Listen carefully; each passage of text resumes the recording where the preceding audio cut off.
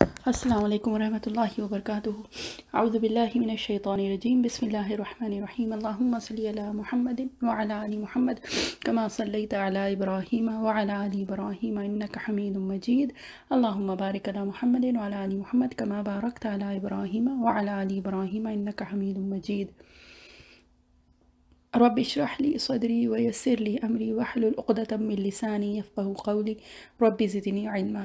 ربي يسر ولا تعسر وتمم بالخير وبك نستعين يا فتاح رب زدني علما اللهم ألهمنا رشدنا وأعذنا من شرور أنفسنا اللهم إني أسألك حبك وحب من يحبك والعمل الذي يبلغني حبك آمین یا رب العالمین۔ آج انشاءاللہ سورہ الضحیٰ کی تفسیر کا ارادہ ہے۔ اب ایک بات جو ہے وہ تو ہے اس کی ربط کی، ہے نا، تو سب سے پہلے وہ بات کر لیتے ہیں۔ تو یہ کہ پچھلی صورت میں ہم لوگوں نے ایک بات جو کی تھی وہ مقام صدیقیت کی تھی، اور اس کے بعد جو سب سے اونچا، جو سب سے بلند ترین جو مقام آتا ہے وہ ہے مقام نبوت۔ اور یہاں پہ یعنی اس صورت میں اور اس کے بعد سورہ انشراح جو ہے اس میں دونوں میں مقام نبوت کی بات ہوئی ہے کہ نبی کریم صلی اللہ علیہ وسلم سے اللہ تعالیٰ براہ راست خود مخاطب ہے، اور نبی کریم صلی اللہ علیہ وسلم سے خطاب ہے ڈائریکٹ، ہے نا۔ اور یہ کہ نبی کریم صلی اللہ علیہ وسلم کے ذریعے سے پھر بائی ایکسٹینشن ہم جو نبی کریم صلی اللہ علیہ وسلم کی امت یعنی ہم سب لوگ، ان کے لیے ان دونوں صورتوں میں بہت گہرے مضامین بھی ہیں۔ اور یہ کہ ایک جو ہم لوگوں کا ایک جو سفر ہے اللہ تعالیٰ کی طرف، ہے نا، تو اس میں جو بھی بیچ میں رکاوٹیں، مشکلات، جو بھی حالات آتے ہیں تو ان کے لیے یہ صورتیں جو ہیں یہ ایک بہترین ہم لوگوں کے لیے سبق ہے نا۔ اور یہ ہے کہ نبی کریم صلی اللہ علیہ وسلم سے ایک خصوصی خطاب ہے،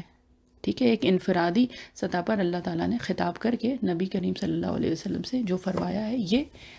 دو صورتیں اس کے بارے میں بتاتی ہیں، ٹھیک ہے۔ اور جو ربط اور مناسبت ہے تو وہ تو اس طرح سے سمجھ لیجئے، اور خاص طور پہ یہ صورت اور اس کے بعد کی سورہ انشراح، تو اس کے لیے کہا جاتا ہے، حدیث شریف سے جو پتہ چلتا ہے کہ ابن مسعود رضی اللہ عنہ یہ جو تھے یہ دونوں یعنی سورہ ضحیٰ اور سورہ انشراح یہ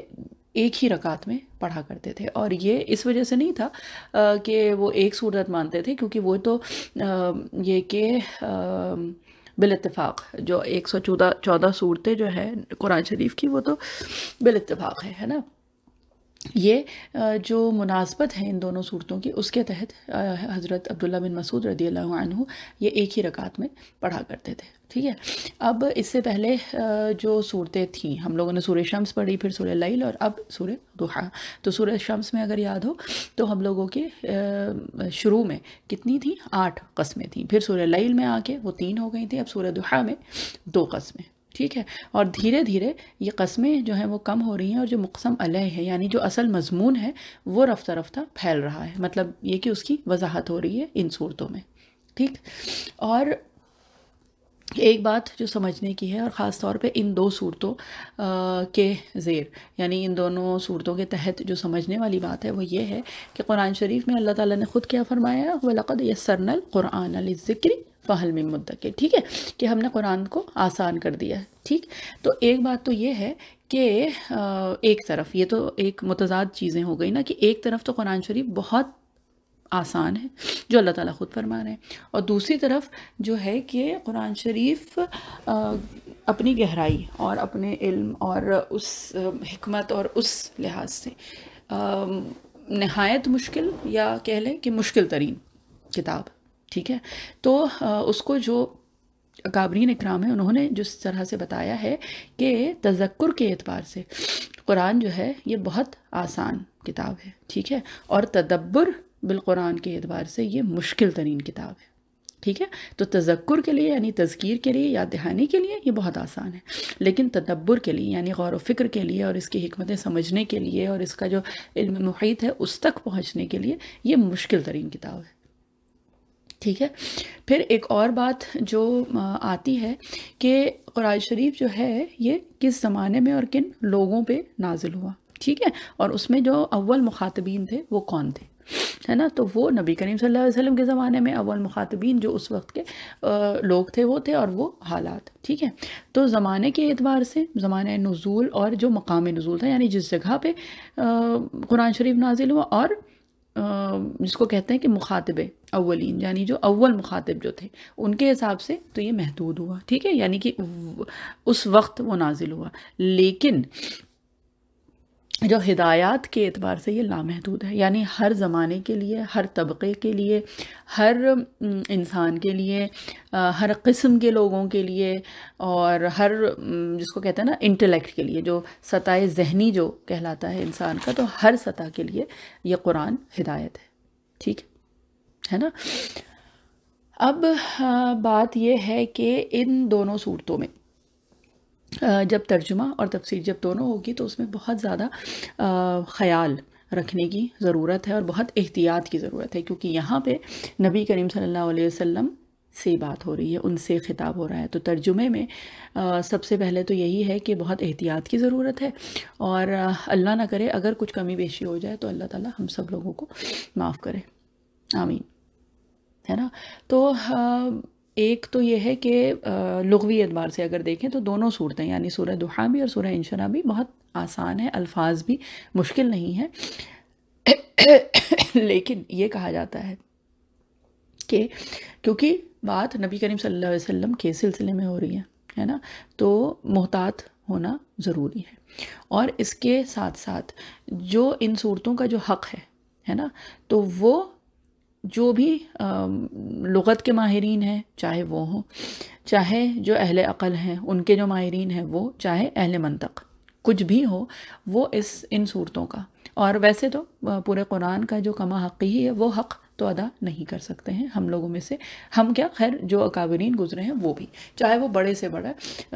جتنے بھی عالم اور فاضل ہوں، ہے نا. تو یہ چیزیں ذہن میں رکھ کے اور پھر انشاءاللہ شروع کرتے ہیں. اچھا، اب ایک اور جو چیز، ہاں شروع کرنے سے پہلے وہ شان نزول کے سلسلے میں، اور یہ چلے شروع بھی کر لیتے کیونکہ یہ بیچ میں اس کی بات پھر کافی تفصیل سے آئے گی. تو شان نزول کے اعتبار سے ایک بات تو یہ ہے، اور یہ جب تیسری آیت آئے گی ہماری تو اس سے پتہ چلے گا کہ اس شان نزول کے بنا تو یہ صورت پھر کسی بھی طرح سے آپ وہ آیات جو ہیں اس صورت کی وہ ایکسپلین نہیں کر سکتے ہیں، ہے نا. تو یہ ہے کہ سبب نزول کیا ہے، اس کے مختلف روایات ہیں. ٹھیک. ایک تو حضرت جندب بن عبداللہ رضی اللہ عنہ سے مروی ہے کہ ایک مرتبہ نبی کریم صلی اللہ علیہ وسلم کے سلسلے میں یہ بات آتی ہے کہ آپ صلی اللہ علیہ وسلم رات میں نہیں اٹھے تھے، مطلب تہجد کے لیے کچھ دن نہیں اٹھ سکے. ٹھیک ہے. تو یہ دیکھ کر ایک عورت جو یہ کہ پڑوس میں جو رہتی تھی، اور دیکھیے اس وقت کے جو گھر تھے اور ہوتے تو وہ تو کھلے ہوتے تھے، اور جو بھی رات میں اگر اٹھ کے، اور نبی کریم صلی اللہ علیہ وسلم جب تلاوت کیا کرتے تھے، یعنی کہ جب اپنی نماز کے قیام میں جب کھڑے ہوتے اور جب یہ کہ پڑھتے تھے وہ آیات، تو جو آس پاس کے لوگ تھے وہ سنتے تھے، اور ان میں ایک جو گھر تھا وہ ابو لہب کا بھی تھا. ٹھیک. تو ایک عورت کیا کہنے لگی کہ محمد صلی اللہ علیہ وسلم، ایسا معلوم ہوتا ہے کہ نعوذ باللہ تمہارا شیطان تم کو چھوڑ گیا. ٹھیک ہے. تو اس پہ یہ صورت نازل ہوئی. ٹھیک. اس کے بعد ایک اور جو روایت آتی ہے اس کے اعتبار سے کیا ہے کہ شداد بن عبداللہ رضی اللہ عنہ، ان کے حوالے سے کیا آتا ہے کہ حضرت خدیجہ رضی اللہ عنہ نے نبی کریم صلی اللہ علیہ وسلم سے عرض کیا کہ میرا خیال ہے، یعنی ان کا یہ خیال تھا کہ آپ صلی اللہ علیہ وسلم کی بے صبری دیکھ کر آپ کا رب آپ سے ناراض ہو گیا ہے. تو اس پر یہ صورت نازل ہوئی. ٹھیک ہے. تو اس کو جو بتایا گیا ہے، حافظ ابن حجر رحمۃ اللہ علیہ بتاتے ہیں کہ دو الگ الگ لوگوں نے، ٹھیک ہے، ایک تو وہ تھی ام جمیل یعنی ابو لہب کی بیوی، اور دوسری خدیجۃ الکبریٰ رضی اللہ عنہا. تو دونوں نے یہ بات کہی تھی، لیکن دونوں نے بہت الگ الگ طرح سے اور الگ الگ وجوہات کے ساتھ یہ بات کہی. ٹھیک ہے. تو یہ جو ام جمیل یعنی ابو لہب کی بیوی، اس نے جو کہا تو اس نے استہزاء کے اعتبار سے اور خوش ہو کے کہا کہ اچھا تمہارے شیطان نے تمہیں چھوڑ دیا، نعوذ باللہ۔ اور یہی بات جب خدیجہ الکبریٰ رضی اللہ عنہا نے فرمائی تو وہ کیا تھا، ان کا وہ اظہار درد مندی تھا، یعنی کہ خیر خواہی کی وجہ کے جذبے سے انہوں نے یہ بات کہی تھی۔ ٹھیک، تو یہ تو ہو گیا اس کا شان نزول، اور اس میں کئی اور اقوال آتے ہیں جن کی تفصیل میں ابھی وقت کی ایک کمی کی وجہ سے پوری تفصیل میں نہیں جائیں گے، کیونکہ انشاءاللہ آج ارادہ ہے کہ سورہ الضحیٰ کی تفسیر ہو جائے جتنی اللہ تعالیٰ چاہے۔ تو بہرحال شروع کرتے ہیں۔ والضحیٰ، قسم ہے روز روشن کی، واللیل اذا سجا، اور رات کی جب چھا جائے، ما ودعک ربک وما قلی، آپ کے رب نے نہ آپ کو چھوڑا اور نہ وہ آپ سے بیزار ہوا۔ ٹھیک، اب کیا ہے، والضحیٰ، قسم ہے روز روشن کی، یعنی کہ دھوپ جب چڑھ جائے، اور یہ کہ الگ الگ جگہ کے اعتبار سے یہ وقت جو ہے وہ الگ الگ ہوگا، یہ کہ 10-11 بجے کے آس پاس کا جو وقت ہوتا ہے وہ، اور یہ کہ یہاں پہ جب گرمی اور سردیوں میں بہت زیادہ وقت میں فرق آتا ہے، یعنی نارتھ امریکہ اور اس طرف، تو وہاں پہ یہ کہ اس کا وقت الگ الگ ہوگا موسم کے اعتبار سے۔ ٹھیک ہے، تو بات یہ ہے کہ جس وقت دن روشن ہو جاتا ہے، ٹھیک ہے، بتانے کے لیے، جو سمجھانے کے لیے کہ جس وقت دن پوری طرح سے روشن ہو جائے اور اس میں حرکت آ جائے، ہے نا، اور یہ ہے کہ دن تو روشن ہو گیا ہے، دھوپ پھیل گئی ہے، لیکن اس میں شدت نہیں آئی ہے، ٹھیک ہے، وہ سورج کی روشنی جبکہ وہ اچھی لگے، بری نہ لگے اس وقت، ٹھیک ہے۔ واللیل اذا سجا، اب اس سے پہلے لیل کے لیے جب بھی لفظ آیا تھا تو کیا آیا تھا، یغشا، ٹھیک ہے نا، یا غشاہا، ٹھیک، تو وہ تھا ڈھانپ لینا اور اس طرح کی بات۔ اب سجا جو ہے وہ کیا ہے، سجا اصل میں جو کہا جاتا ہے سکون کے لیے آتا ہے، ٹھیک ہے، رات جب اس پہ سکون طاری ہو جائے، یعنی کہ رات میں اگر ویسے دیکھیں تو دن میں ایک جو حرکت ہوتی ہے، یعنی موومنٹ ہوتا ہے مستقل، تو رات میں وہ حرکت جو ہے وہ ختم ہو جاتی ہے نا، ایک جس کو کہتے ہیں ایک سکون سا طاری ہو جاتا ہے، تو یہاں پہ مراد وہ ہے۔ اب اس کی مفسرین اکرام نے کئی چیزیں اس سے اخذ کی ہیں، یہ اس سے مراد کیا ہو سکتی ہے، اس کے مطلب کیا ہو سکتا ہے۔ تو ایک تو جو بتایا گیا ہے کہ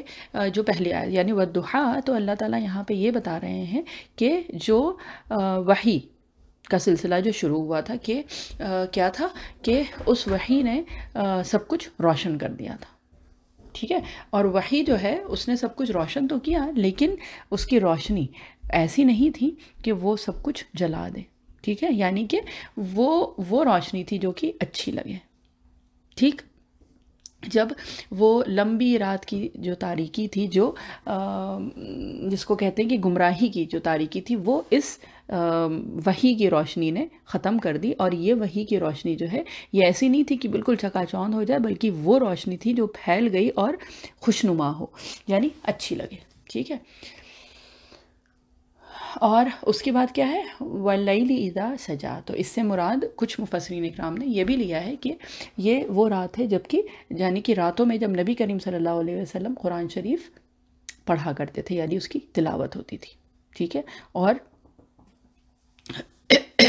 یہ بھی ہے کہ اس کو دوسرے الفاظ میں اگر لیا جائے تو دن کا وقت جبکہ وہ وحی نازل ہوتی تھی، اور رات کا وقت جبکہ اس وحی کی قراءت ہوتی تھی، یعنی کہ وہ پڑھی جاتی تھی، ٹھیک ہے۔ تو یہی ہے۔ اب اس کے بعد جو آیت آئی ہے نا، ما ودعک ربک وما قلی، تو یہ آیت بنا اس شان نزول کے، یعنی جن کی بات ابھی ہوئی ہے، ان شان نزول کے علاوہ یہ آیت کسی بھی طرح سے سمجھائی نہیں جا سکتی، نہ سمجھی جا سکتی ہے نا۔ تو بات یہ ہے کہ ان آیات کے ذریعے سے اللہ تعالیٰ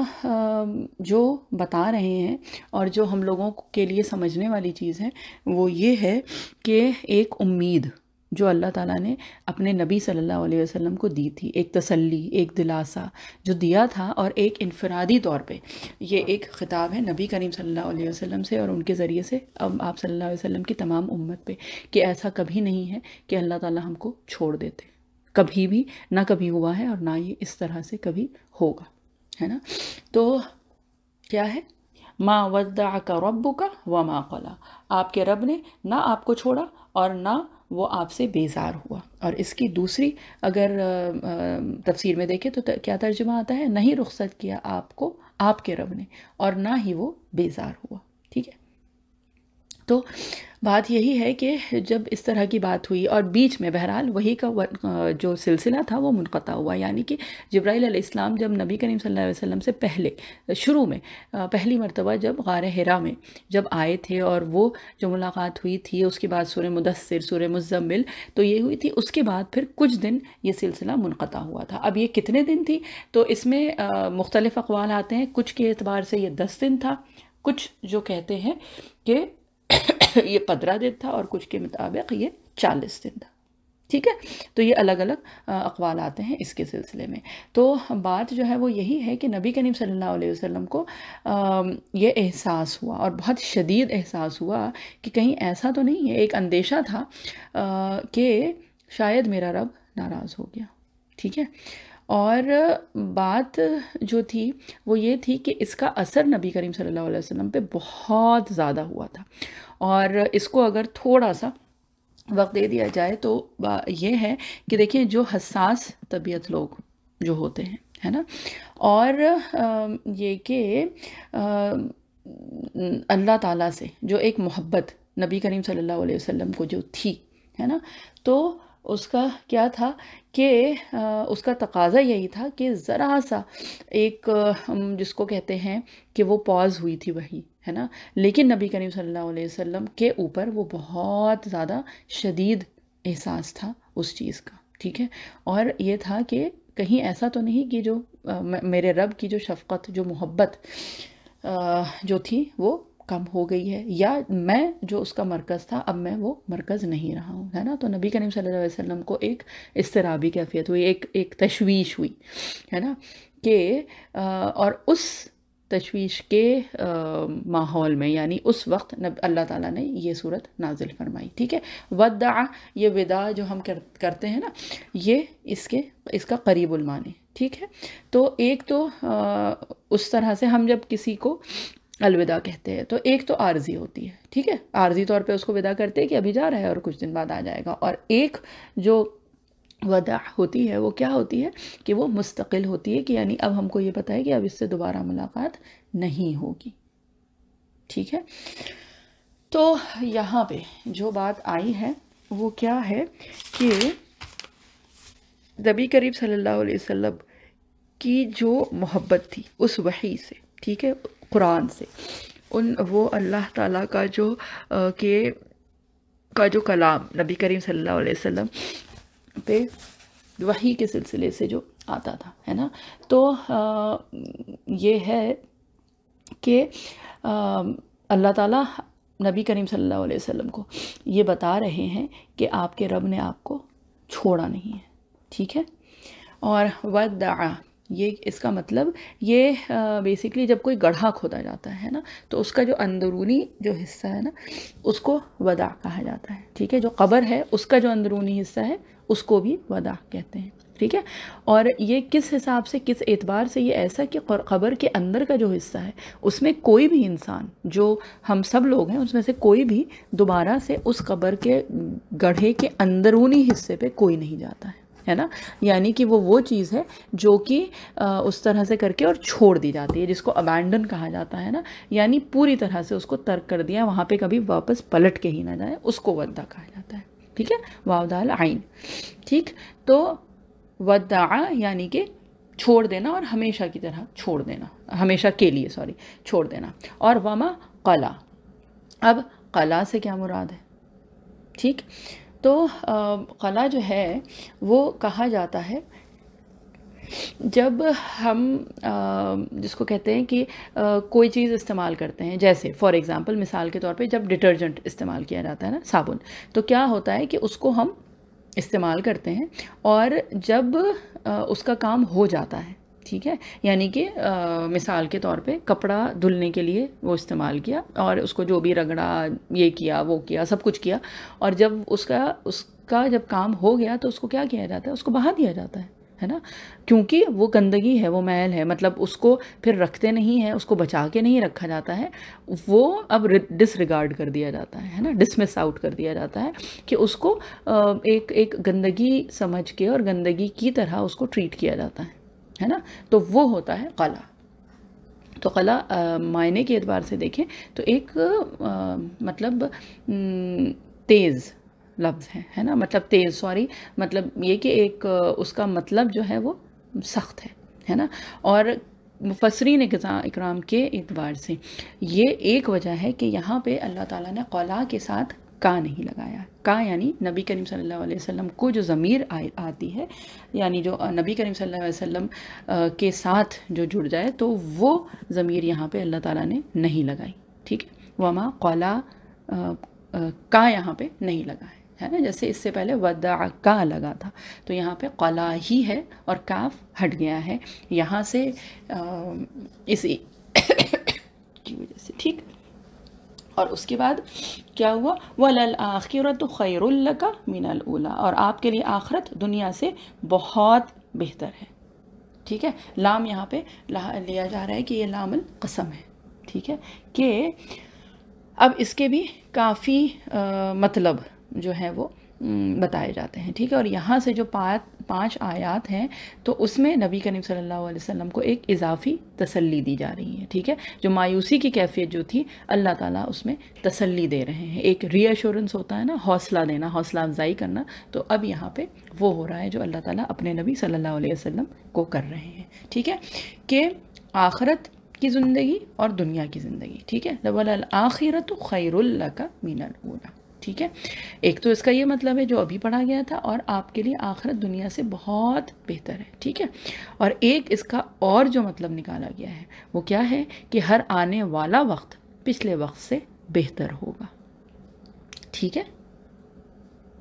ٹھیک ہے، تو مسلسل جو ہے وہ ترقی درجات ہوتے رہیں گے، نبی کریم صلی اللہ علیہ وسلم سے یہ اللہ تعالیٰ کا وعدہ ہے، ٹھیک ہے، یہ نبی کریم صلی اللہ علیہ وسلم کے جو مراتب ہیں وہ بلند سے بلند تر ہوتے جائیں گے، ٹھیک ہے، تو ہر آنے والا وقت جو ہے وہ پچھلے وقت سے بہتر ہوگا آپ کے لیے،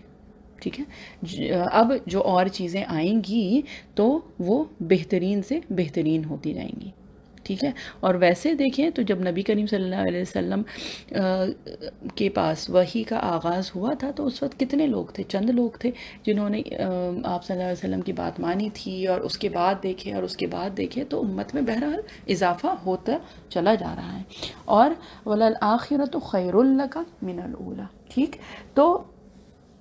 کیا ہے کہ نبی کریم صلی اللہ علیہ وسلم جب گئے تو انہوں نے پیچھے محلات اور یہ سب تو نہیں چھوڑے تھے، زیورات اور ہیرے جواہرات یہ تو نہیں تھے، بلکہ نبی کریم صلی اللہ علیہ وسلم نے جو پیچھے چھوڑ کے گئے وہ کیا تھے؟ وہ لوگ تھے صحابہ اکرام رضی اللہ عنہم اجمعین، کہ جن کے دل جو ہیں وہ اس وحی جو الفاظ جو اللہ تعالیٰ کا کلام تھا اس سے بھرپور تھے، ہے نا، تو اور یہ جو ہیں یعنی یہ صحابہ اکرام رضی اللہ عنہم کو نبی کریم صلی اللہ علیہ وسلم جو چھوڑ کے گئے تھے تو یہ پھر جس کو کہتے ہیں کہ ذریعہ بنے اب تک اور دنیا میں اسلام اور اللہ تعالیٰ کا دین پھیلانے میں، ہے نا، وَلَسَوْفَ يُعْطِيكَ رَبُّكَ فَتَرْضَىٰ، اور آپ کا رب آپ کو اتنا دے گا کہ آپ خوش ہو جائیں گے، ٹھیک ہے، اور دوسرا ترجمہ اور عنقریب آپ کا رب آپ کو اتنا کچھ دے گا، ہے نا، ایک تو اتنا کچھ دے گا یہ ہو گئی کوانٹیٹیو بات، اور وہ کچھ دے گا یعنی کوالٹیٹیولی کیا کیا دے گا کہ آپ راضی ہو جائیں گے، ٹھیک ہے، تو یہاں پہ اللہ تعالیٰ نے کیا فرمایا؟ یعطی کا، کہ عطا کرے گا، دے گا آپ کا رب، اب کیا دے گا یہ اللہ تعالیٰ نے نہیں ذکر کیا، ہے نا، یہاں پہ ایک مبہم چیز ہو گئی، یعنی کہ ایک ایبسٹریکٹ چیز ہے کہ کیا دے گا، کتنا دے گا، کیا کچھ دے گا، یہ کچھ بھی اللہ تعالیٰ نے ذکر نہیں کیا، ٹھیک ہے، تو کئی بار ایسا ہوتا ہے کہ ابہام جو ہوتا ہے، جو چیز مبہم رکھ دی جاتی ہے تو اس میں زیادہ تاثیر ہوتی ہے، یعنی کہ اٹ گیٹس مور انکلوسیو اور جنرلائز ہو گئی نا، کہ یہ بھی ہو سکتا ہے کہ اللہ تعالیٰ بہت زیادہ دیں گے اور اس کے ساتھ ساتھ اللہ تعالیٰ وہ کیا کیا چیز دیں گے، ٹھیک ہے، اب کیا تھا کہ اللہ تعالیٰ جو دیں گے اس میں کیا کیا چیزیں ہوں گی، ٹھیک. اور اللہ تعالیٰ ایک وہ دل کا سکون دیں گے. اللہ تعالیٰ یہ جو ذمہ داری ہے جو اللہ تعالیٰ نے ڈالی ہے نبی کریم صلی اللہ علیہ وسلم پہ، جس کا ذکر اگلی سورہ میں اور زیادہ واضح طور پہ آئے گا، تو وہ ذمہ داری جو ہے اللہ تعالیٰ پوری طرح سے نبی کریم صلی اللہ علیہ وسلم کی مدد فرمائیں گے اس کو پورا مکمل کرنے میں. ٹھیک ہے. اس کے بعد یہ ہے کہ یہاں پہ جو چیز آئی ہے، جو لفظ آیا ہے نا سوفا، تو سوفا کا مطلب ہے کہ ایک یہ مسلسل چیز ہے، یعنی یہ سلسلہ جو ہے یہ جاری رہے گا. ٹھیک. اس کے بعد یعطی کا یعنی دینا، اور یہ تو ہم لوگ پہلے بھی کر چکے ہیں، ہے نا. اور کیا ہے کہ اللہ تعالیٰ آپ کو دیں گے. اب یہ جو ہے یہ کیا ہو سکتا ہے؟ یہ وہ لوگ جو نبی کریم صلی اللہ علیہ وسلم کی بات جنہوں نے مانی. ٹھیک ہے. نبی کریم صلی اللہ علیہ وسلم کی جن لوگوں نے اتباع کی. ٹھیک. یہ دینا جو ہے یہ وہ ایک دل میں ایک وہ تسلی ہے نا، ایک وہ کنٹینٹمنٹ، ایک وہ سکون، سیٹسفیکشن، وہ بھی ہے. اللہ تعالیٰ دیں گے تو اللہ تعالیٰ یہ جنت بھی ہو سکتی ہے. اللہ تعالیٰ دیں گے یعنی ابھی قرآن کا سلسلہ جو پاز ہوا ہے، جو ابھی فی الحال رکا ہے، تو وہ بھی ملے گا. ٹھیک. اس کے بعد پھر کیا ہے کہ یہ جو قرآن، جو اللہ تعالیٰ کا کلام جو نازل ہو رہا ہے، تو یہ سب کچھ دیں گے اللہ تعالیٰ. تو اس یعطی کا میں یہ سب کچھ ہو سکتا ہے نا. اور اس کے بعد کیا ہے؟ ربک فترضی. ٹھیک ہے. تو یہاں پہ ف جو ہے کیا ہے؟ للتعقیب. ٹھیک ہے. اور وہ کیا ہے کہ یہ جیسے ایک وہ پرومس ہوتا ہے نا، جب ہم لوگ کسی سے کچھ وعدہ کرتے ہیں تو وہ ہے کہ یہ اللہ تعالیٰ کا وعدہ نبی کریم صلی اللہ علیہ وسلم سے ہے. ٹھیک ہے. اللہ تعالیٰ نے یہ گارنٹی دی ہے نبی کریم صلی اللہ علیہ وسلم کو. اور پھر کیا ہے کہ اس وقت کا اگر وہ دیکھیں تو جو بھی حالات تھے اور جس پہ یہ آیات آئی ہیں، تو اس وقت نبی کریم صلی اللہ علیہ وسلم جس کو کہتے ہیں کہ بہت زیادہ افسردہ، یا ایک جس کو کہتے ہیں نا، جو اس سے پہلے ابھی جو بات ہوئی تھی کہ ایک اندیشہ ہونے لگا تھا نبی کریم صلی اللہ علیہ وسلم کو بھی، ہے نا، کہ وہی کا سلسلہ رک گیا ہے. کہیں ایسا تو نہیں کہ خدا نخواستہ وہ بند ہو گیا ہے، کہیں ایسا تو نہیں کہ میرا رب مجھ سے ناراض ہو گیا ہے، یہ جو عنایت جو تھی کہیں ایسا تو نہیں یہ ختم ہو گئی ہے. تو بہرحال یہ نبی کریم صلی اللہ علیہ وسلم کے لیے ایک جس کو کہتے ہیں گارنٹی ہے اللہ تعالیٰ کی طرف سے. ٹھیک ہے. اور کیا اللہ تعالیٰ خود اس طرح سے فرما رہے ہیں کہ ہم نے کبھی بھی تمہارا ساتھ نہیں چھوڑا، ہے نا. کن کن مراحل سے گزار کے نبی کریم صلی اللہ علیہ وسلم یہاں پہ پہنچے. اور اب اس کے بعد جو آیت آئے گی وہ کیا ہے؟ وہ جو نبی کریم صلی اللہ علیہ وسلم کی سیرت مبارکہ سے جو الگ الگ دور گزرے ہیں آپ صلی اللہ علیہ وسلم کی زندگی کے، اس کے بارے میں بتا رہی ہیں یہ آیات. ٹھیک ہے. اور اس میں سیکونس تھوڑا یہ کہ سیرت مبارکہ کے اعتبار سے تھوڑا یہ کہ دیکھنے میں جو لگتا ہے کہ الگ ہے. ٹھیک. تو سب سے پہلی جو آیت ہے وہ ہے کہ پیدائش جو آپ صلی اللہ علیہ وسلم کی ہوئی تھی، کہ پیدائش سے پہلے والد کا انتقال. ٹھیک ہے. پھر بہت کم عمری میں 6 سال کی عمر میں والدہ کا انتقال. ٹھیک ہے. پھر دادا نے ٹیک اوور کیا، مطلب یہ کہ ان کے کفالت میں آئے، اور ان کے بہرحال بہت شفقت کے ساتھ اور بہت محبت کے ساتھ دادا نے بھی رکھا، اور ان کا بھی انتقال بہت جلدی ہو گیا، ہے نا. اور اس کے بعد پھر اس طرح سے ہوتے ہوتے تو بہرحال اس وقت وہ جو وقت تھا وہ کیا تھا کہ بہت مشکل تھا. اور اس وقت کے لیے کیا ہے؟ الم یجد کا یتیمن فآوا. کیا اس نے آپ کو یتیم نہیں پایا پھر آپ کو ٹھکانہ دیا. ٹھیک. کہ یہاں پہ جو بات ہو رہی ہے وہ کیا ہے کہ آپ صلی اللہ علیہ وسلم کو اللہ تعالیٰ نے یتیم پایا، اور کیا ہوا؟ فآوا. پھر آپ کو ٹھکانہ دیا. اب آوا تھوڑا سا تفصیل سے اس کی بات کر لیں. مأوا جو ہے وہ کس کو کہا جاتا ہے؟ یہ جو ایک جس کو کہتے ہیں نا کہ جو ریفیوج کہیں میں ملے ہم کو. ٹھیک ہے. کہیں پہ ہم کو ایک سہارا مل جائے، ایک کوئی وہاں پہ جس کو کہتے ہیں کہ ایک وہ جگہ جو کہ ریفیوج کی جگہ ہو، جو سیکیورٹی ہو، جہاں پہ سیفٹی ہو. یہ ساری جو چیزیں ہیں یہ آتی ہیں مأوا، یعنی وہ جگہ. ٹھیک ہے. جہاں پہ ہم سیف اینڈ سیکیور فیل کریں.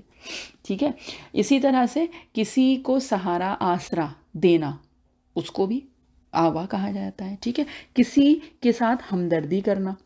ٹھیک، کسی کو جس کو کہتے ہیں نا کہ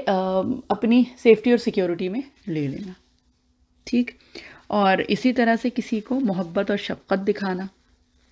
اور آوا جو ہے یہ اس کے لیے بھی کہا جاتا ہے جب کہ زخم جو ہے وہ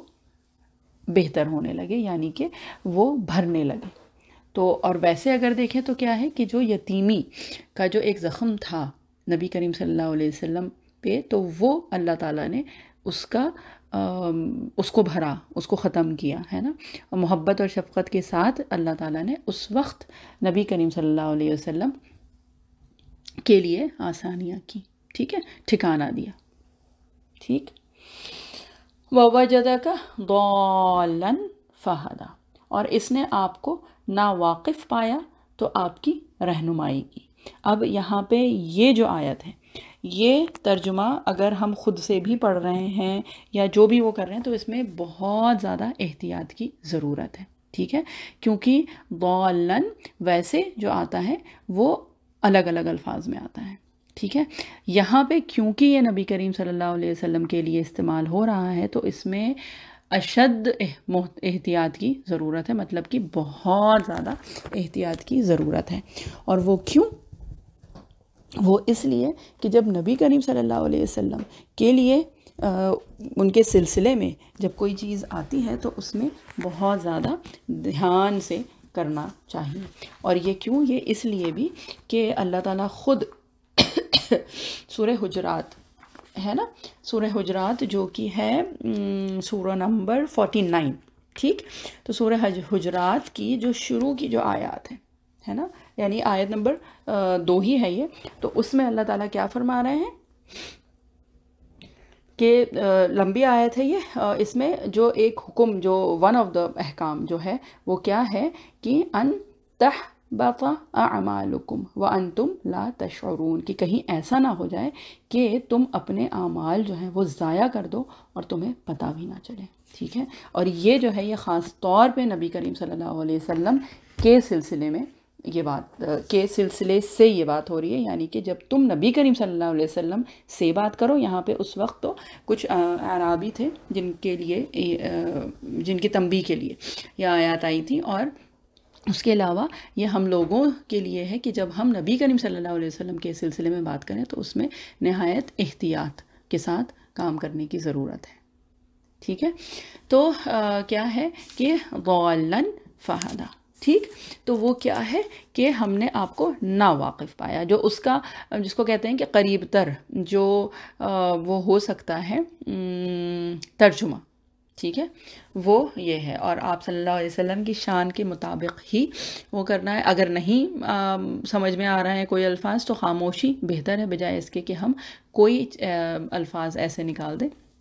جو کہ نبی کریم صلی اللہ علیہ وسلم کے شایان شان نہ ہو، ٹھیک. اچھا، وَوَجَدَكَ عَائِلًا فَأَغْنَى، اور آپ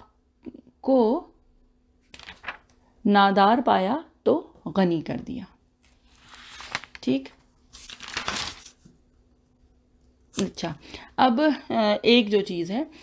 جو اس سے پہلے ہے وَوَجَدَكَ ضَالًّا فَهَدَى، تو اس میں کیا ہے کہ نبی کریم صلی اللہ علیہ وسلم ویسے اگر دیکھیں تو اس وقت کی ان کی زندگی ہے نا کہ کیا تھا کہ خدیجہ رضی اللہ عنہا کے ساتھ زندگی تھی. اور یہ کہ اگر فائنانشلی دیکھیں تو خدیجہ رضی اللہ عنہا جو تھی وہ جس کو کہتے ہیں نا نہایت سپورٹنگ، ٹھیک ہے.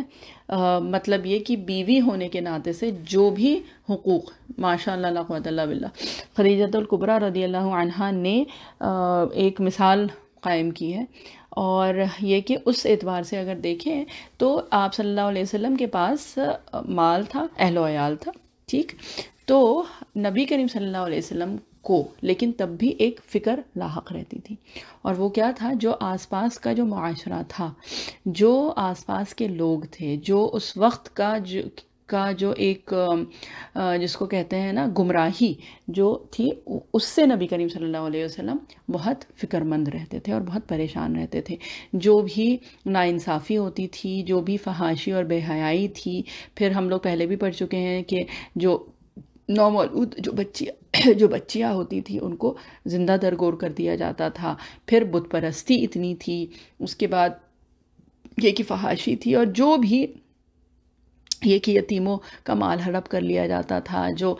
کمزور تھے ان کے اوپر ظلم کیا جاتا تھا. تو یہ ساری چیزیں تھیں، اور یہ ساری چیزیں نبی کریم صلی اللہ علیہ وسلم کو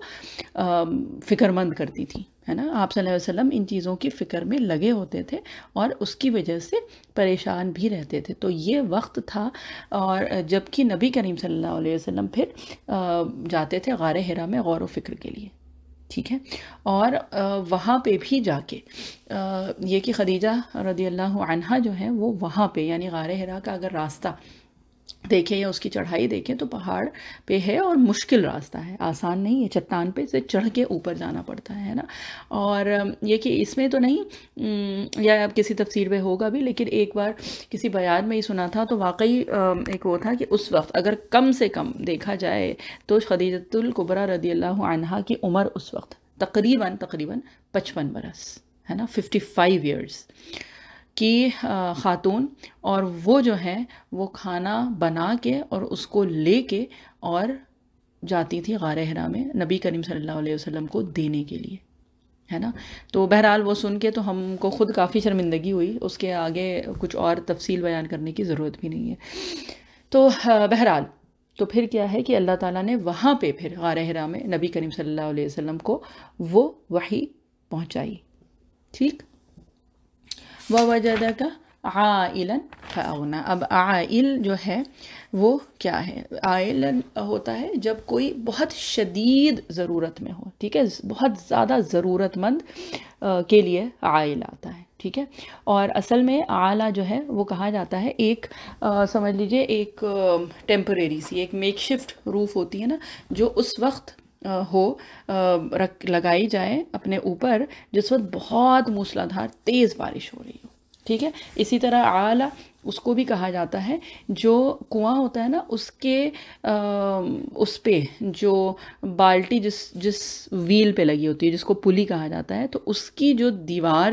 جو سٹینڈ ہوتا ہے اس پلی کا، اس کو عال کہا جاتا ہے. یعنی کہ یہ وہ چیزیں ہیں کہ جن کے بنا آپ کا کام نہیں چل سکتا، ٹھیک ہے. اور عال الرجل یعنی کہ یہ استعمال ہوتا ہے اس کے لیے کہ وہ انسان، وہ شخص جو کہ بہت زیادہ شدید ضرورت میں ہو، ہے نا. تو کیا ہے کہ جب نبی کریم صلی اللہ علیہ وسلم کو آپ اللہ تعالیٰ نے نادار پایا تو کیا کیا؟ تو غنی کر دیا، ٹھیک ہے. اغنا، اور یہ ہم لوگ پہلے بھی وہ پڑھ چکے ہیں، ٹھیک ہے. یعنی کہ یہاں پہ کیا ہے کہ آپ صلی اللہ علیہ وسلم کو اللہ تعالیٰ نے ایک تو یہ کہ مالدار اس اعتبار سے، اور دوسرے اعتبار سے جو فکر لاحق تھی، یہ جو وحی کی دولت سے اللہ تعالیٰ نے نوازا. اللہ تعالیٰ کمی بیشی معاف کرے، یہ قصبے سے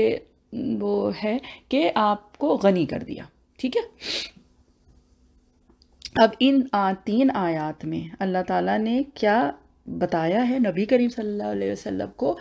کہ پوری ابھی تک کی جو بھی زندگی تھی نبی کریم صلی اللہ علیہ وسلم کی،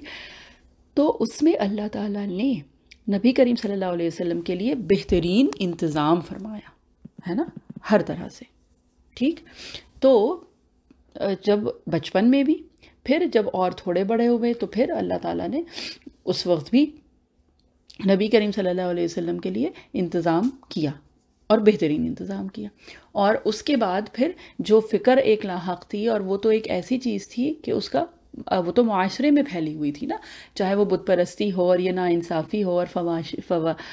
فحاشی ہو، جو کچھ بھی یہ چیزیں تھیں تو معاشرے میں پھیلی ہوئی تھی. اللہ تعالیٰ نے اس کا بھی انتظام کیا. تو اس اعتبار سے اگر دیکھیں تو ان آیات میں ہم لوگوں کے لیے بھی ایک لیسن ہے، ایک سبق ہے نا. اور وہ کیا ہے کہ جب ہم لوگ اپنے کچھ حالات ہوتے ہیں، کچھ مشکلات ہوتی ہیں، کچھ ایسی پرابلمز اور ایشوز ہوتی ہیں کہ اس وقت لگتا ہے کہ جیسے کوئی راستہ ہی نہیں ہے اس کا، ہے نا. تو کیا ہے کہ اللہ تعالیٰ ہم سب لوگوں کے لیے موجود ہوتے ہیں. اور وہ راستے کھولتے ہیں ہم لوگوں کے لیے۔ بات بس یہی ہے کہ ہم کو اپنے آپ کو وہ ایک چیز یاد دلانے کی ضرورت ہے کہ جو رب ہے ہمارا وہ موجود ہے، اور اس نے ہم کو چھوڑا نہیں ہے کبھی بھی، نہ پہلے کبھی چھوڑا تھا، نہ اب چھوڑا ہے، اور نہ آگے کبھی چھوڑے گا، ہے نا۔ اور صرف اس وجہ سے کہ اگر ہم اللہ تعالیٰ سے کنیکٹڈ نہیں ہیں کسی بھی وجہ سے، ہے نا، تو اس کا مطلب ہرگز یہ نہیں ہے کہ اللہ تعالیٰ ہم سے کنیکٹڈ نہیں ہے۔ اللہ تعالیٰ تو ہمیشہ ہم سے کنیکٹڈ رہتے ہیں۔ بات یہ ہے کہ ہم ہیں کہ کبھی تو وہ ایمان کا لیول اتنا بڑھ جاتا ہے اور اتنا کنیکشن ہو جاتا ہے، اور کبھی جو ہے وہ ہم اس کنیکشن کو خود ہی کمزور کرتے رہتے ہیں، ہے نا۔ فَأَمَّا الْيَتِيمَ فَلَا تَقْهَرْ، تو آپ یتیم پر سختی نہ کیجیے۔ وَأَمَّا السَّائِلَ فَلَا تَنْهَرْ، اور سائل کو نہ جھڑکیے، ٹھیک۔ اب یہاں پہ ایک جو بات ہے وہ کیا ہے کہ ان آیات میں جو ایک عام خیر ہے اسی کی تعلیم دی جا رہی ہے۔ مطلب یہ کوئی ایسی بات نہیں ہے کہ کوئی بہت بڑی چیز ہو یا کوئی بہت اسپیسیفک چیز یا کوئی ایسی چیز جس کا کہ کسی کو پتہ نہیں ہے نا۔ یہ ویسے اگر دیکھیں تو آیات کے اعتبار سے یا احکام کے اعتبار سے بہت عام سی چیز ہے، یہ ایک عام خیر ہے جس کی تعلیم دی جا رہی ہے نا۔ اور یہ ویسے دیکھیں تو بنیادی اخلاقیات ہیں، اور نبی کریم صلی اللہ علیہ وسلم تو جس کو کہتے ہیں نا خلق عظیم، تو یہ کہ آپ صلی اللہ علیہ وسلم کے اندر تو یہ چیزیں پہلے ہی سے تھی، تو پھر کیا مراد ہے اس سے، ہے نا۔ تو نبی کریم صلی اللہ علیہ وسلم سے خطاب کر کے یہ امت کے لیے رہنمائی ہے، ٹھیک۔ یہ کہ اول مخاطب یہاں پہ نبی کریم صلی اللہ علیہ وسلم ہے، نبی کریم صلی اللہ علیہ وسلم کے ذریعے سے اللہ تعالیٰ نے یہ امت کو تعلیم دی ہے، یہ امت کے لیے رہنمائی ہے کہ ہم کو یہ سب حکم دیا گیا ہے، ٹھیک ہے، کہ ہم کو اس طرح سے ہم کو کام کرنا ہے، ٹھیک۔ اب یہاں پہ کچھ الفاظ ہیں تو یہ بھی تھوڑا سا کر لیں، ٹھیک ہے۔ سب سے پہلے تو اماں، جب اماں آیا ہے تو اس سے مطلب کیا ہے کہ ایک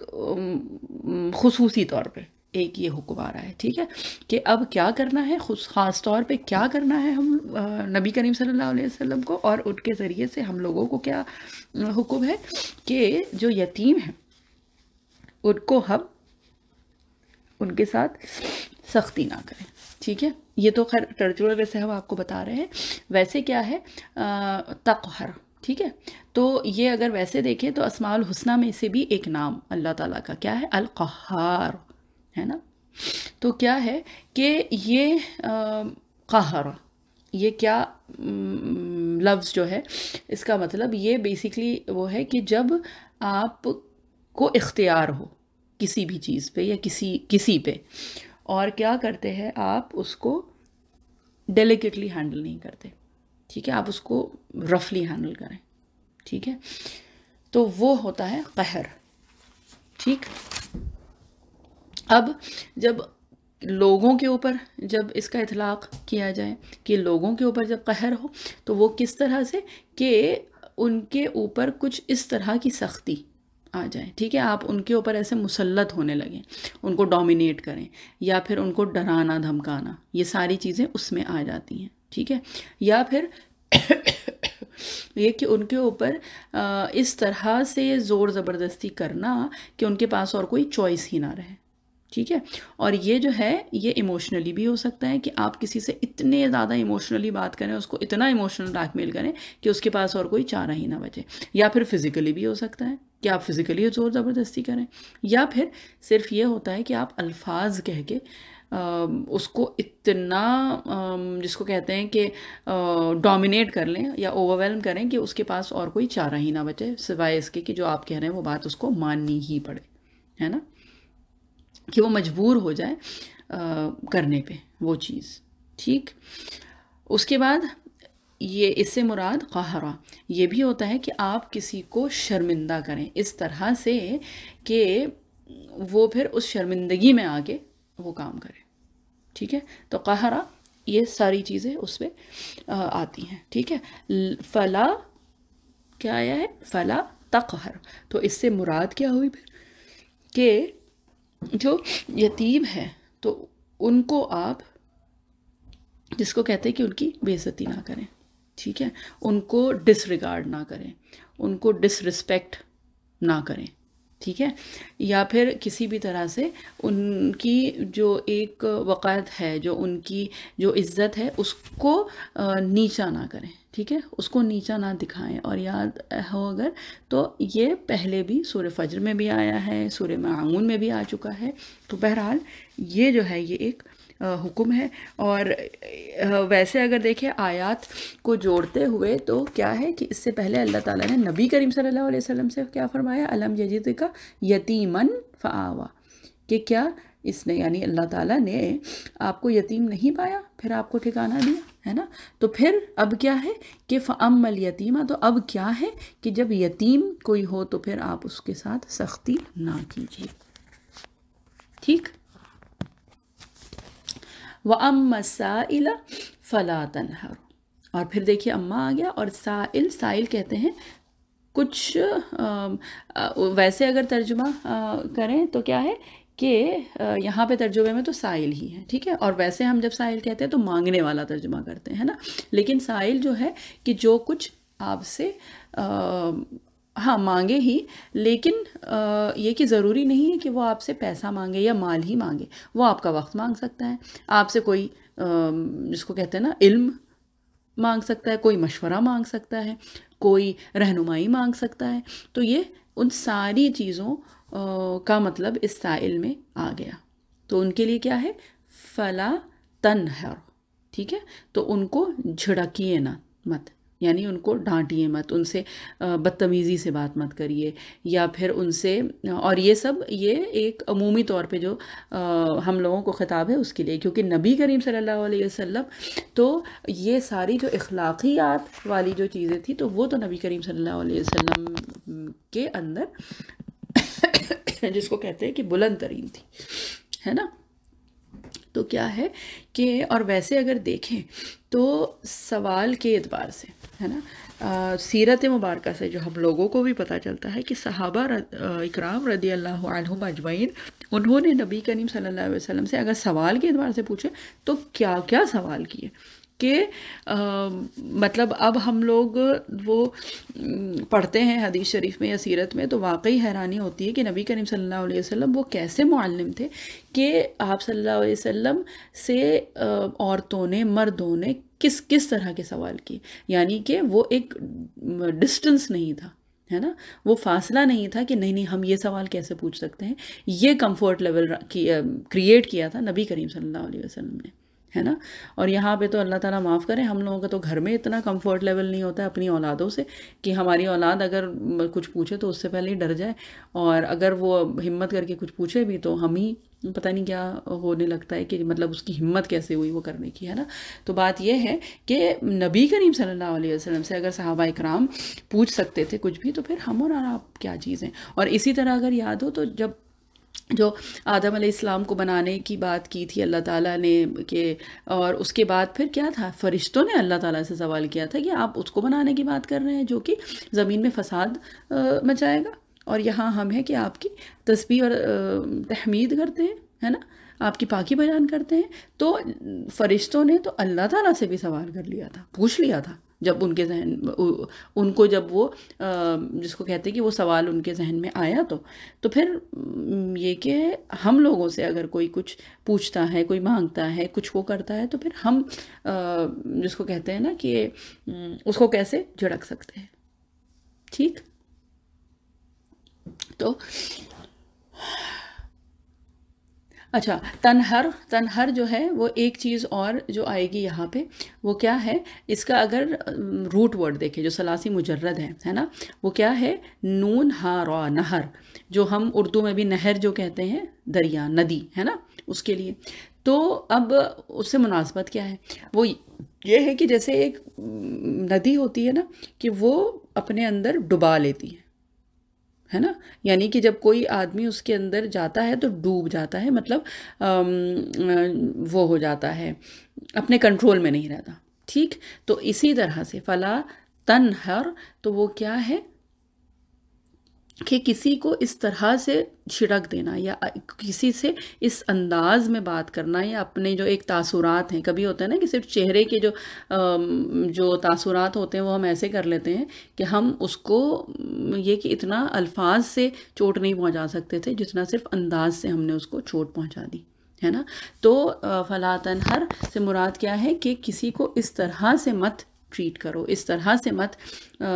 جس کو کہتے ہیں کہ جھڑکو کہ وہ پھر مطلب ایسا ہو کہ وہ اس چیز میں ڈوب کے رہ جائے، ہے نا، فلا تنہر۔ تو واقعی جب اس کا مطلب وہ کیا نا پڑھا تو احساس ہو رہا تھا کہ یہ جو زبان جو اللہ تعالیٰ نے جو منتخب کی تو وہ واقعی اس میں کتنی گہرائی ہے، کتنی اس میں ڈیپتھ ہے اور کتنی خوبصورتی ہے، سبحان اللہ۔ وَأَمَّا بِنِعْمَةِ رَبِّكَ فَحَدِّثْ، اور اپنے رب کے احسان کا ذکر کیا کیجیے، ٹھیک ہے۔ اب اس میں بہت سارے اشکال آتے ہیں اس آیت میں، کیونکہ اس کی تفسیر میں، اس کے ترجمے میں بہت سارے مختلف اقوال ہیں، ٹھیک ہے۔ وہ کیا ہے، ایک تو دیکھیں یہ کہ اگر اس سے جو ویسے جو مطلب نکلتا ہے کہ جو بھی اللہ تعالیٰ نے نعمتیں دی ہیں وہ آپ بیان کیجئے، تو وہ کبھی کبھی تو اس طرح سے بھی ہو سکتا ہے نا کہ بھئی وہ ہم پھر ایک دکھاوا کر رہے ہیں ہے نا، کہ اللہ تعالیٰ نے یہ نعمت دی، ارے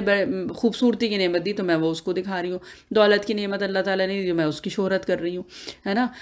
یا پھر یہ کہ جو بھی اس طرح کی چیزیں، تو پھر اس سے مراد کیا ہے نا۔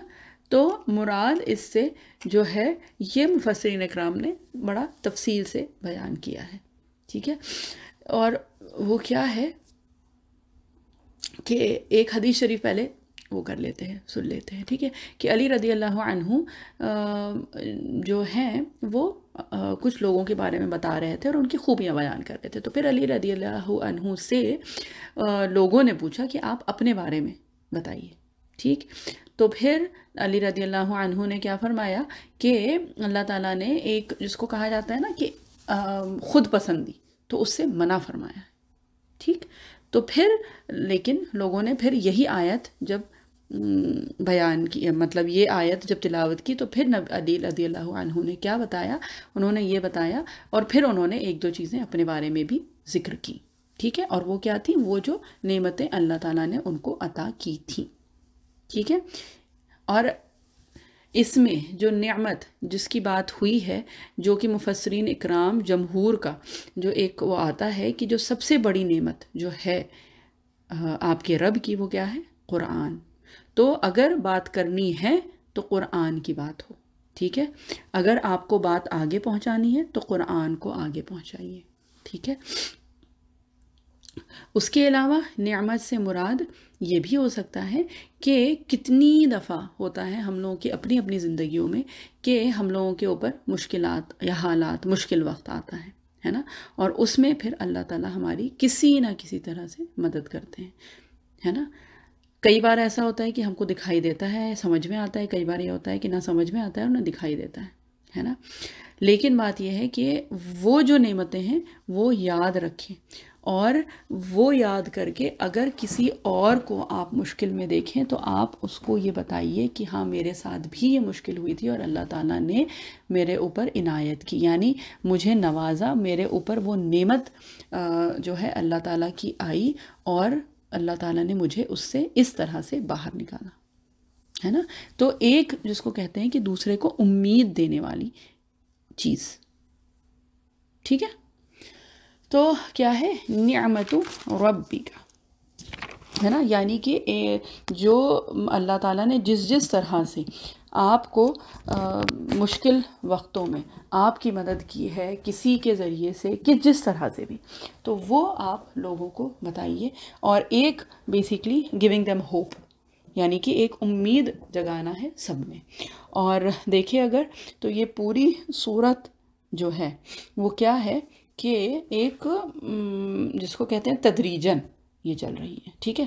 شروعات جو سورہ کی ہوئی ہے وہ کیا ہے، وحی کے حساب سے کہ وحی میں جو ایک گیپ آ گیا تھا، ہے نا، تو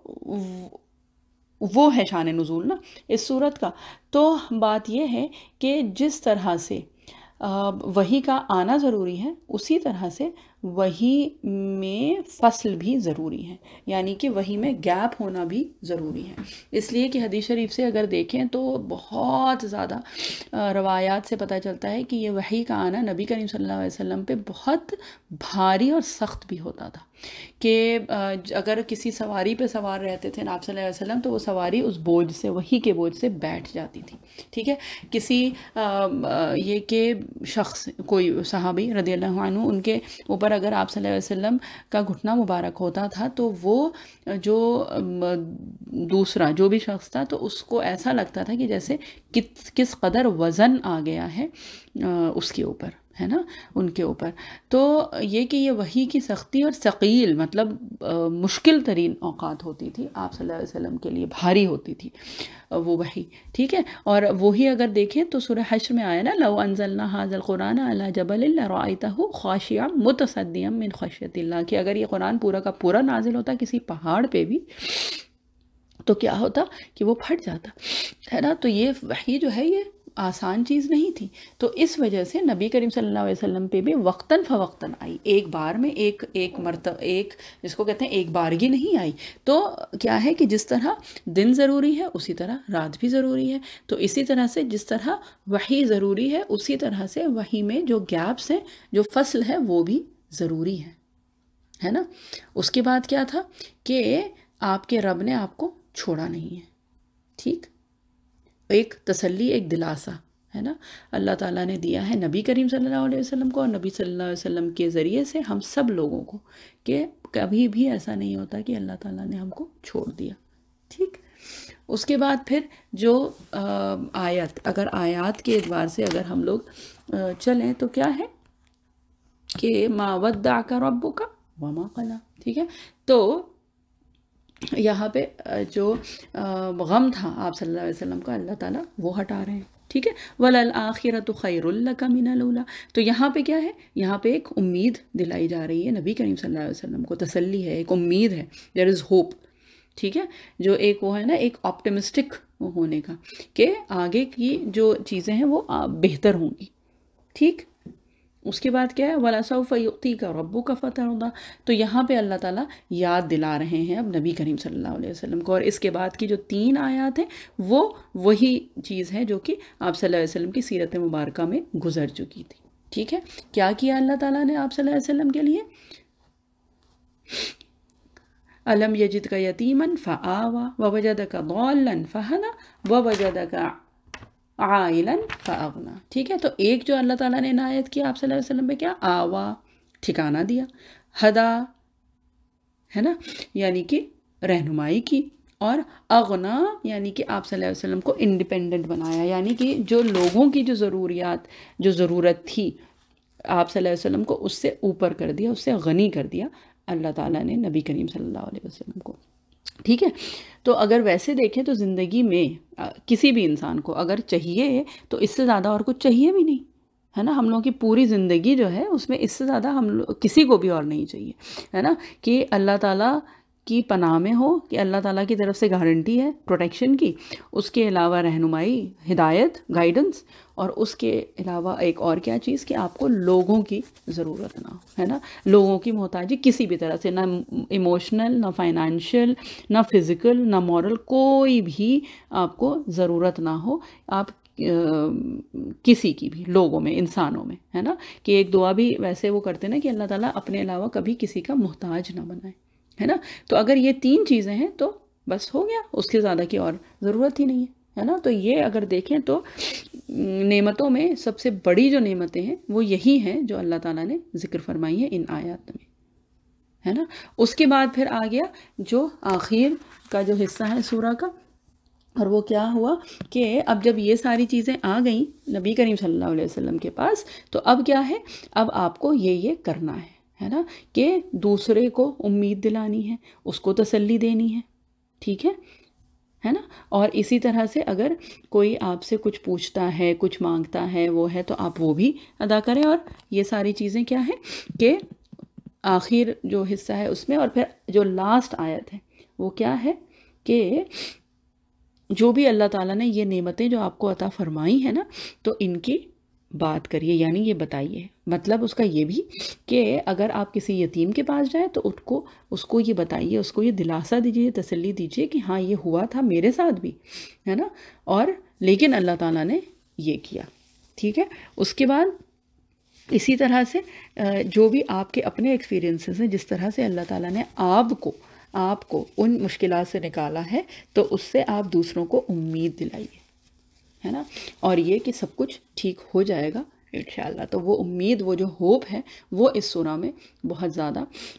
اجاگر کیا گیا ہے نا، اور یہ کہ اللہ تعالیٰ کی جو بھی نعمتیں ہیں تو وہ آپ لوگوں کو بتائیے اس نیت سے کہ دوسروں کو بھی اس کی امید ہو۔ اور جو سب سے بڑی نعمت جو ہے اللہ تعالیٰ کی دی ہوئی، وہ کیا ہے؟ یہ قرآن، یہ وحی، یہ کلام اللہ۔ تو اگر بات کرنی ہے تو اس قرآن کی کرنی ہے، اگر بات سننی ہے تو اس کی سننی ہے، اگر یہ کہ پھیلانا ہے تو اس قرآن کی بات کو پھیلانا ہے۔ اللہ تعالیٰ ہم سب لوگوں کو کہنے سننے سے زیادہ عمل کی بہترین توفیق عطا فرمائے، اور جو بھی کمی کوتاہی ہوئی ہے وہ ہم لوگوں کی طرف سے، ہماری طرف سے ہے، اور یہ کہ اللہ تعالیٰ اس کو معاف کریں اور ہم سب لوگوں کو بہترین ہدایت، رہنمائی اور عمل کی توفیق عطا فرمائے۔ سبحان اللہ و بحمدہ، سبحانک اللہم و بحمدک، نشہد ان لا الہ الا انت، نستغفرک و نتوب الیک۔ سبحان ربک رب العزت عما یصفون وسلام علی المرسلین والحمد للہ رب العالمین، برحمتک ارحم الراحمین یا ارحم الراحمین۔ السلام علیکم و رحمۃ اللہ وبرکاتہ۔